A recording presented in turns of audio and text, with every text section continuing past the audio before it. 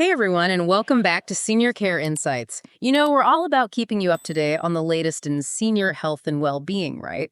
Absolutely. And today we're diving into something that might seem pretty basic at first glance, but really had some hidden depths. Exactly. We're talking about daily bathing for those over 65. It's one of those things we often take for granted. It's just part of good hygiene. But as we've been digging into the research, it's becoming clear that for seniors, things aren't always so straightforward.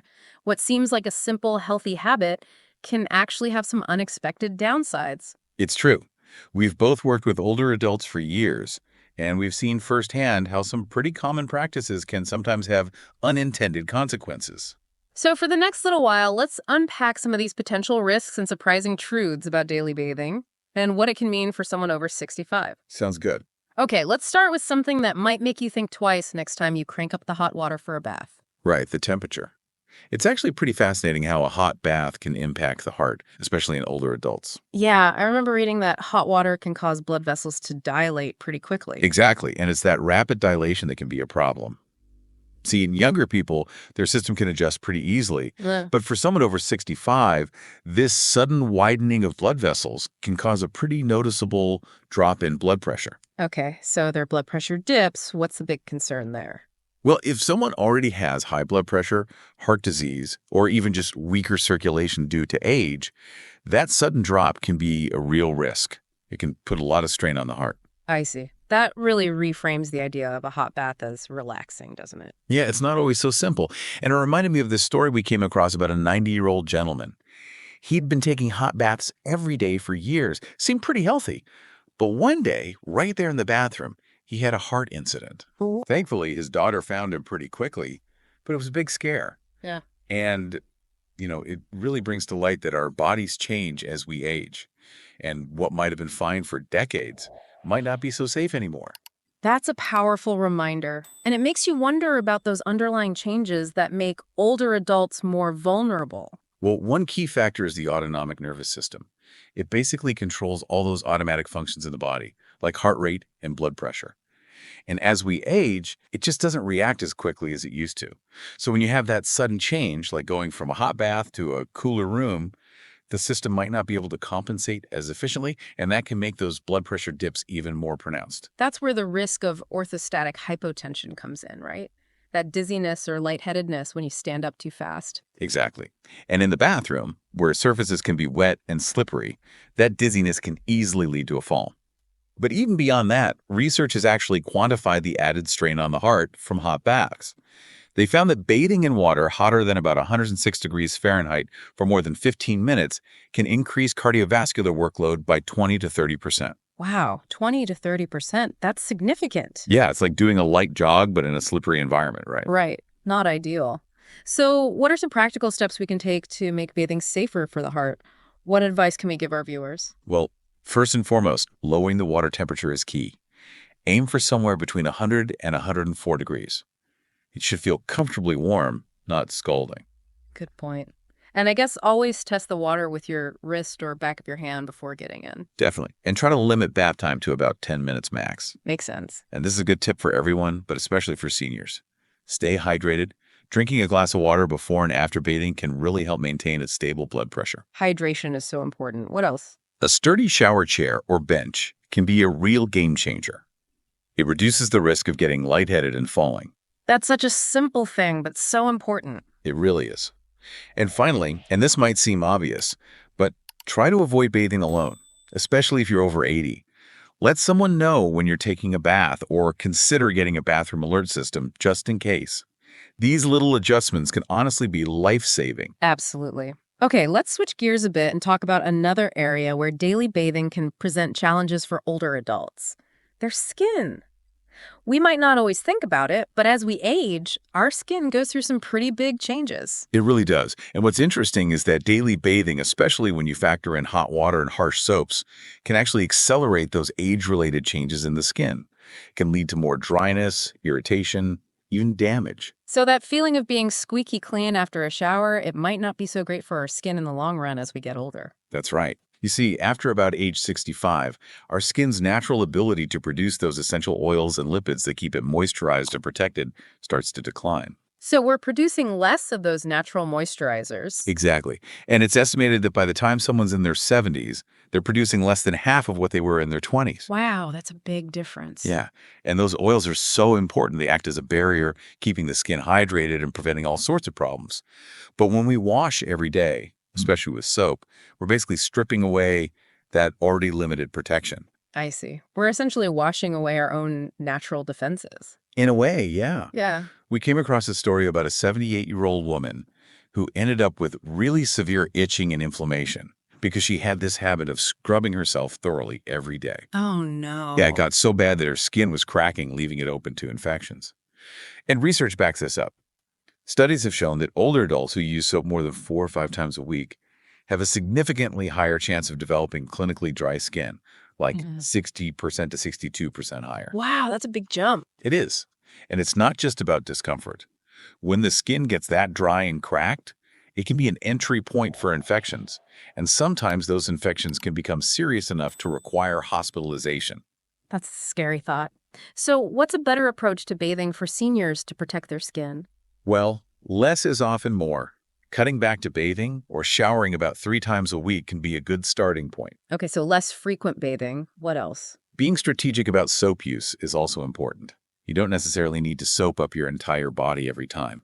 Focus on the areas that tend to get sweaty or smelly, like the armpits, groin, and feet. Right. Target the key areas. Exactly. And for the rest of the body, just warm water or a gentle washcloth can be enough. What about the type of soap? Does that matter? It definitely does. A lot of commercial soaps are pretty alkaline, which means they have a high pH. But our skin naturally has a slightly acidic pH, around 5.5, and using those harsher soaps can disrupt that balance and contribute to dryness. So, what should we look for in a soap? Look for mild acidic soaps or cleansers that specifically say they have a pH between 5.5 and 6.0. Got it. Mild and pH balanced. And here's a really important tip. Remember the golden 3 minutes. We're cold in 3 minutes. Yeah, it's about moisturizing. Within 3 minutes of getting out of the bath or shower, while your skin's still damp, apply a good moisturizer. It helps lock in the moisture and protect that skin barrier. Okay, the golden 3 minutes for moisturizing. I like that. And when you're choosing a moisturizer, look for ingredients like ceramides and hyaluronic acid. They can really make a big difference in combating dryness. Ceramides and hyaluronic acid. Got it. Okay, let's move on to another really important safety concern related to bathing, especially for seniors: falls. This is something we hear about all too often, and it can have devastating consequences. It's true. The bathroom, as much as it's a place for self-care, can also be a really dangerous place for falls, especially for older adults. And the statistics bear that out, right? I think I read the bathroom falls are the #1 cause of injury among seniors. It's a scary statistic, and it makes you realize how important it is to take this seriously. We read about an 88-year-old gentleman who fell while getting out of the tub.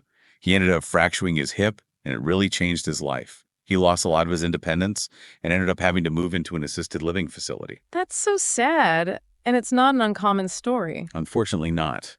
Studies suggest that around 38% of bathroom falls happen during or right after bathing or showering. And for older adults, the consequences of a fall can be much more severe. The mortality rate for fall-related fractures, especially hip fractures, is incredibly high, something like 25% for those over 80. That's heartbreaking. So, what makes the bathroom such a high-risk area for falls, especially during bathing? Well, there are a few key factors. First, you've got those slippery surfaces from water and soap. Then you've got the potential for dizziness from that sudden drop in blood pressure when you stand up after a warm bath, that orthostatic hypotension we talked about earlier. Right, and I imagine that the natural decline in balance and muscle strength as we age also plays a role. Absolutely. It all adds up, creating a real recipe for disaster. So, what can we do to prevent these falls? What advice can we give? The good news is that there are a lot of practical things you can do. Number one, make sure you have non-slip mats both inside and outside the tub or shower. Okay, non-slip mats. Yeah, and get rid of any loose rugs that could be a tripping hazard. Good point. Installing grab bars near the tub and toilet can also provide a lot of extra support. Especially for getting in and out of the tub. Exactly. And using a shower chair or bench while bathing can dramatically reduce the risk of slipping. It's all about creating a safer environment. It really is. And then it's important to be mindful of how you move. When you're getting up after a bath, do it slowly. Take your time. If you feel any dizziness, sit back down and wait until it passes. Don't rush it. And again, especially if you're over 80 or live alone, please don't hesitate to ask for help with bathing. That's such important advice. Okay, let's talk about one more thing that might not be so obvious when we think about bathing: temperature regulation. Yeah, this is something that can really sneak up on people.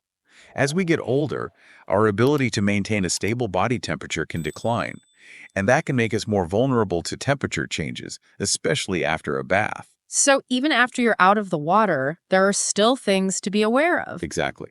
When you're in a warm bath, your blood vessels dilate.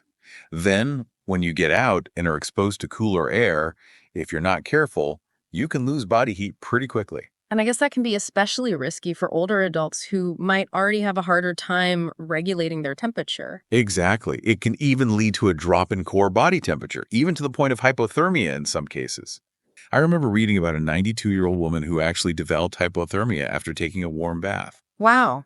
I wouldn't have thought that was possible. It can happen, especially if you don't dry off properly and are in a cool environment. It's a good reminder that even seemingly simple things can become more complicated as we age. So what are some practical things we can do to manage temperature safely after bathing? First, try to warm up the bathroom before you even get in the bath. That way, there's less of a temperature shock. Okay, so pre-warm the bathroom. And as soon as you get out of the bath, dry yourself off thoroughly with a warm towel, and don't forget to dry your hair too. Right, because damp hair can make you lose heat faster. Exactly. And put on warm clothes right away, including socks and a robe. You might even want to have a warm drink afterward to help raise your internal temperature. It sounds like it's all about minimizing those sudden changes in temperature. It really is. And if possible, try to time your baths for the warmest part of the day, which is often in the afternoon. Good tips. Okay, for our final point today, let's talk about something that might be a bit surprising: the potential downsides of being too clean. Yeah, this is where things get a little counterintuitive. We're so used to thinking that cleanliness is next to godliness, but when it comes to older adults, excessive cleanliness can actually backfire. Really? How so? Well, it all has to do with the skin microbiome. Our skin is covered in trillions of bacteria and other microorganisms, and a lot of them are actually beneficial. They help protect us from harmful bacteria and keep our skin healthy. So we have these good bacteria on our skin that we need. Right. But when we bathe too frequently and use harsh soaps, we can disrupt that balance and wash away those good bacteria. So being too clean can actually make us more vulnerable to infections. It can. And in older adults whose skin might not regenerate as quickly, it takes longer for that microbiome to recover. We heard about an 83-year-old woman who was constantly getting skin infections. She was using a strong antibacterial soap every day, and it turns out that was actually part of the problem. When she cut back on bathing and switched to a milder cleanser, her skin actually got healthier. That's fascinating. So what's the sweet spot? How can we maintain good hygiene without compromising our skin's natural defenses? The key is finding a balance. For most older adults, bathing 2 or 3 times a week is plenty. Okay, 2 to 3 times a week. And avoid using antibacterial soaps for everyday washing. They can kill off too many of those good bacteria. Stick with mild, pH-balanced cleansers and only use soap on the areas that really need it, like the armpits, groin, and feet. Makes sense. And another thing that can help is maintaining a good indoor humidity level, somewhere between 40% and 60%. Okay, so humidity matters too. It does. It helps keep the skin from getting too dry, which is important for maintaining a healthy microbiome. So it sounds like when it comes to bathing, especially for older adults, it's not as simple as we might think. It really isn't. It's all about being mindful of the changes our bodies go through as we age and adjusting our habits accordingly. What worked for us in our 20s and 30s might not be the best approach in our 60s, 70s, and beyond. Well said. And it makes me think about all those things we take for granted, all those ingrained habits we have, and how it's important to be open to rethinking them as we get older. Absolutely. We tend to stick with what we know, but sometimes the best thing for our health is to be willing to change. Well, we've covered a lot of ground today, and I think the main takeaway is that when it comes to bathing for seniors, less is often more. It's true. Less frequent bathing, lower water temperatures, gentler soaps, being mindful of temperature changes, and being aware of the importance of the skin microbiome. It all adds up to a safer and healthier experience. I hope our viewers found this deep dive into bathing habits for seniors informative and helpful. It's really about empowering people to make informed choices about their health and well-being. And sometimes those choices are about challenging those long-held assumptions and being open to doing things a little differently. Couldn't agree more. Well, that's all the time we have for today. If you enjoyed this discussion and found it valuable, please give this video a like and share it with others who might benefit. We'd also love to hear your thoughts and any questions you have in the comments below.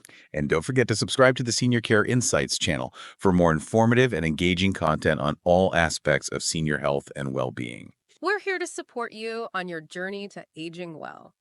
Thanks for joining us, and we'll see you next time.